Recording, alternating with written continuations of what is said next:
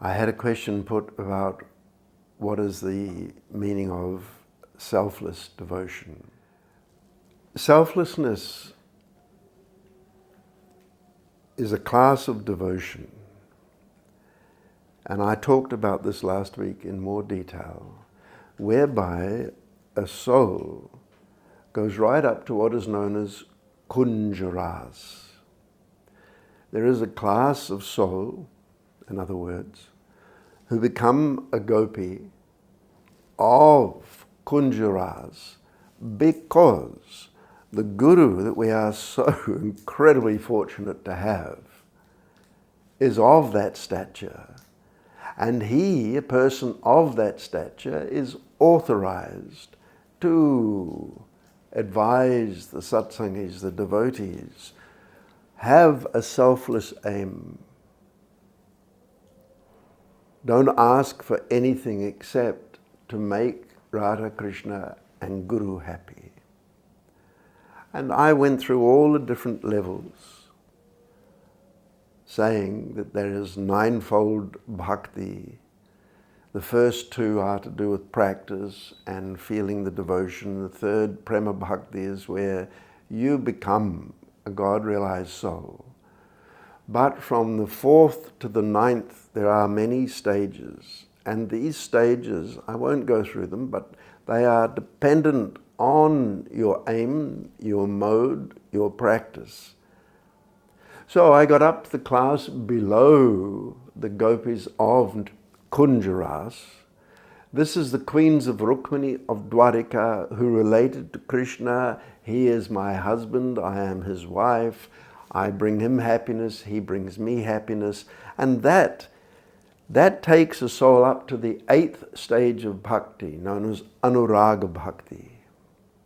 But beyond that, we come to the gopis, the selflessness, where they love, as I've mentioned, without asking. And Sri Krishna, you know the verse, Ye yata mam prapadyante tanstadhaiva bhajamyaham. Depending on the way that you love me, I am compelled to love you. So, if you look at the world, majority, if they have faith in God, majority that is, they ask, bless my health, bless my wealth, bless my family, bless the environment, bless and stop the wars, etc., of the material realm. Or the different classes up to number 8 is, I love you, God, I love you. I want to see you, I want to touch, I want to be in your presence, etc., for my happiness. It's a big thing. Maharaj Ji explains these two things, one asking of the world, stays in the world, one attaching their mind fully to Krishna through the different modes, well, they cross this Maya forever. They realize the divine state forever. But depending on what they ask, they get, if they completely surrender. Surrendering is the same. Immersing yourself 100% in Bhagwan. But it is the motive, the aim that matters. So how do we practically put that into play?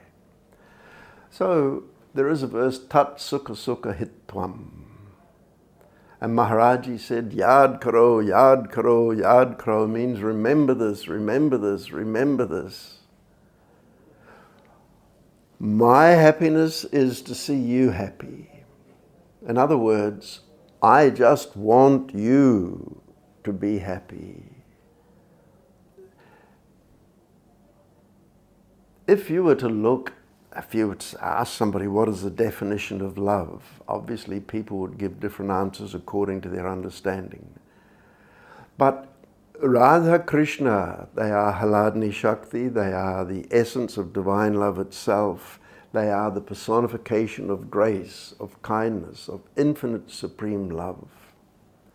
So it makes sense, to me at least anyway, because Maharaj Ji told us, but if you approach asking but just wanting to give, no matter whether you embrace me, ignore me, trample me underfoot, keep me in this wheel of birth and death, my love for you will not abate. Now, that is quite profound, because we are used to conditional kind of what we call love, conditional. I can't walk into a room and you abuse me day after day after day, verbally or whatever, and the room fills up with all your negativity, or at least I feel that you don't really care for me. I can only take so much, and then I'm out of here. So the point being, it's not that Sri Radha, Krishna and Guru are going to abuse you and make you feel miserable for their happiness, in the sense they just want to see you suffer.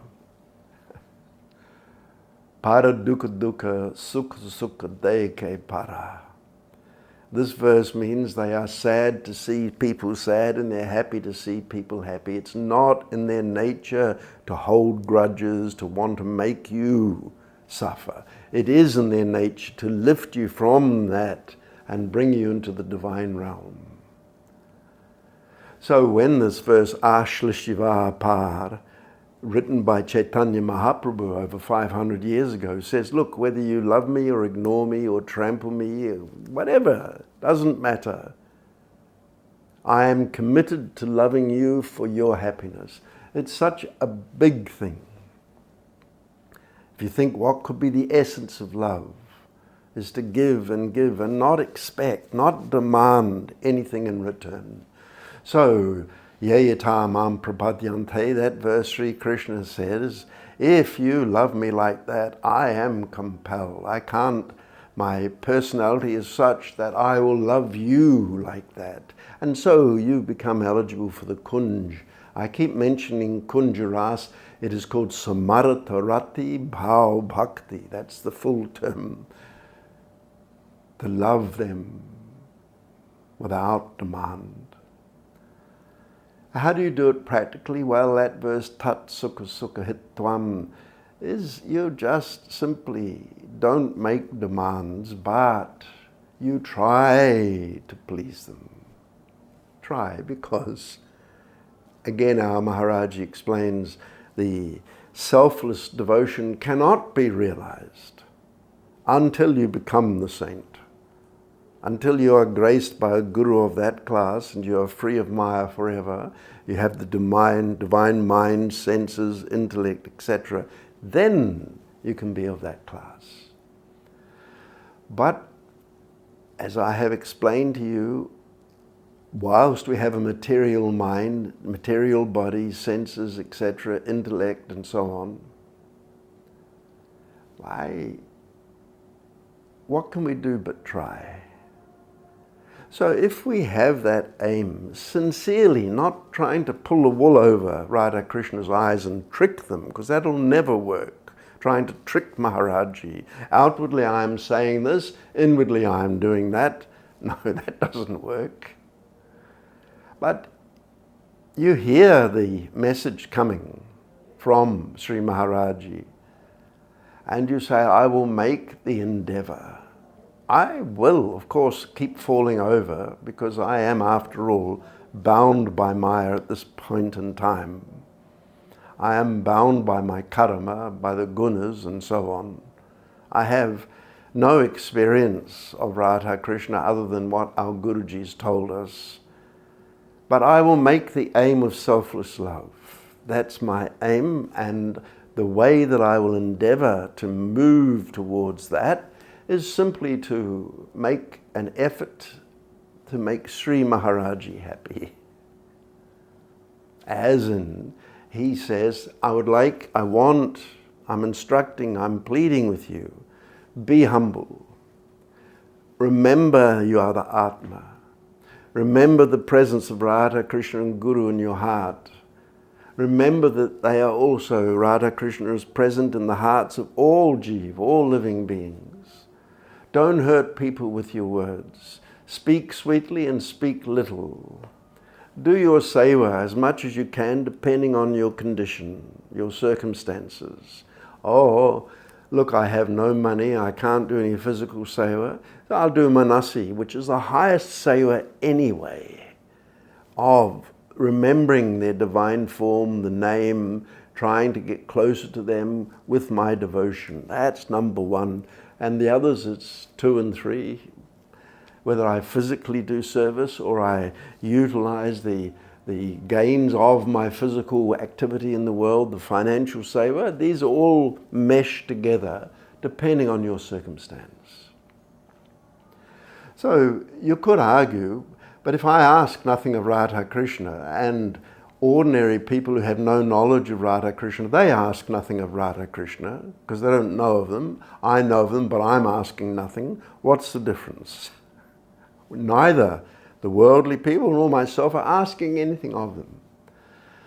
But Shri Maharaj Ji explains, no, no, no. We are, and we must.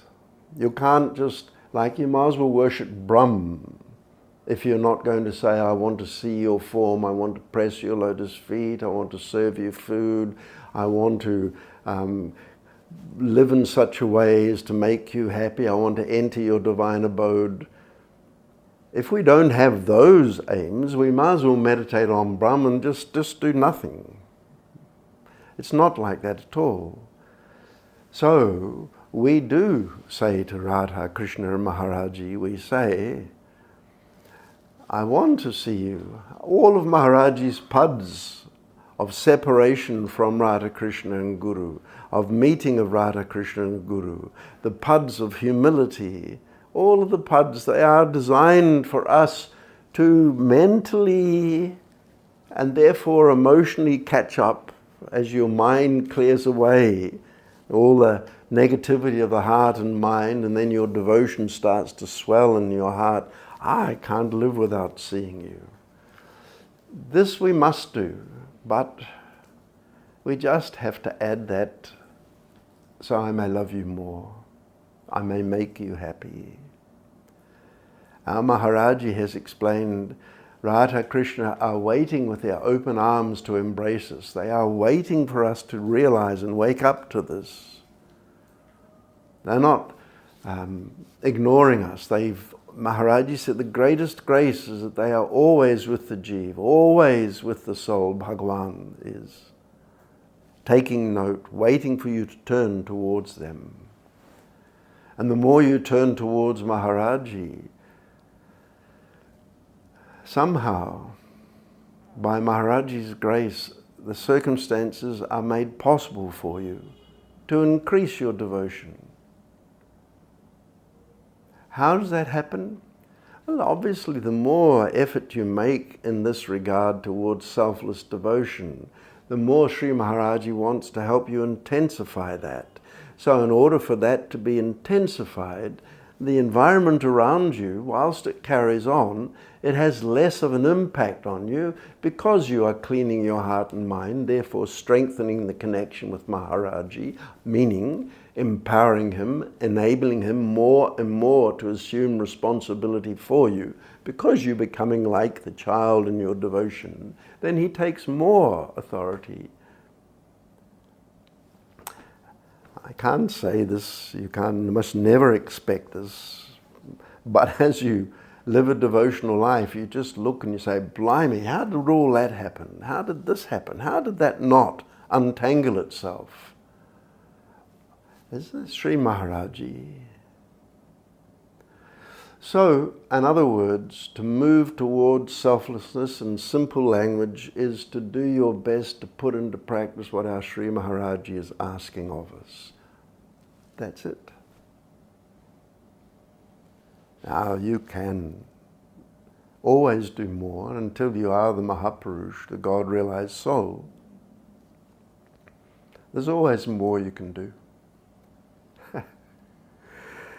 That's the rub, isn't it? It's the Mahabharat of our own mind. The Mahabharat, as you know, was a great war, And before that great war started, you have the Gita, the discussion, conversation between Sri Krishna and Arjuna. And we learn all about cause and effect and where you put your mind and attachment and surrender and stubbornness and ego, all of those things. Then the Mahabharat starts. And the Mahabharat, if you like, we have this kind of version of, removed, of course, there's no arrows flying around, but should I do what Sri Maharaj is asking? Yes, I should. But I'll do it after this. Or I've started doing what Sri Maharaj is asking, but my mind willfully just wants to run to the world, wherever I'm attached, whatever's going on in my world that means something to me, my habits, my family, my work, I've got to go and get a waxing or whatever it is that we really treasure very much. You say, I'll do it afterwards. Or your mind runs while you're trying to do your devotion. But that's the point, isn't it? The word trying. Trying. Talking to Maharaj Ji, that he's sitting here listening to you. You say, Maharaj Ji, look at me, I'm such a donkey. But no, I'm going to go through with this. I'm going to sit here and do this devotion at my allotted time. I'm going to try and remember you through the day, and I will gently chide myself when I forget you. And Maharaji says, well, that's good. That's music to my ears. Come on, you do that. Try.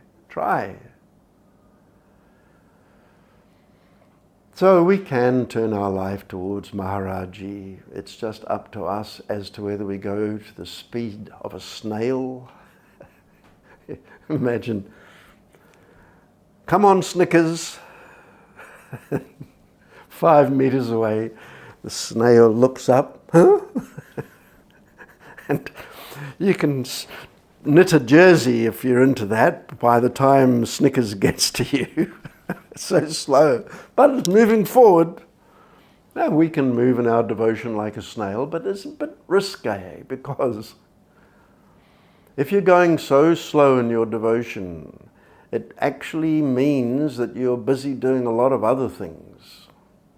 And that puts us at risk of getting caught up in the glamour or the allurement or the attachment or so-called excitement of this material realm. It means, I suppose, I'm not really done with the world. I'm still not sure that every moment's suffering. There's a lot of things I enjoy doing, and so I'll do those, and we compromise. But we're going forward. Maharaji, you've probably seen that general talk where Maharaji's correcting a person. He said, look, you get upset if somebody says a word to you, you're all twitchy and jumpy.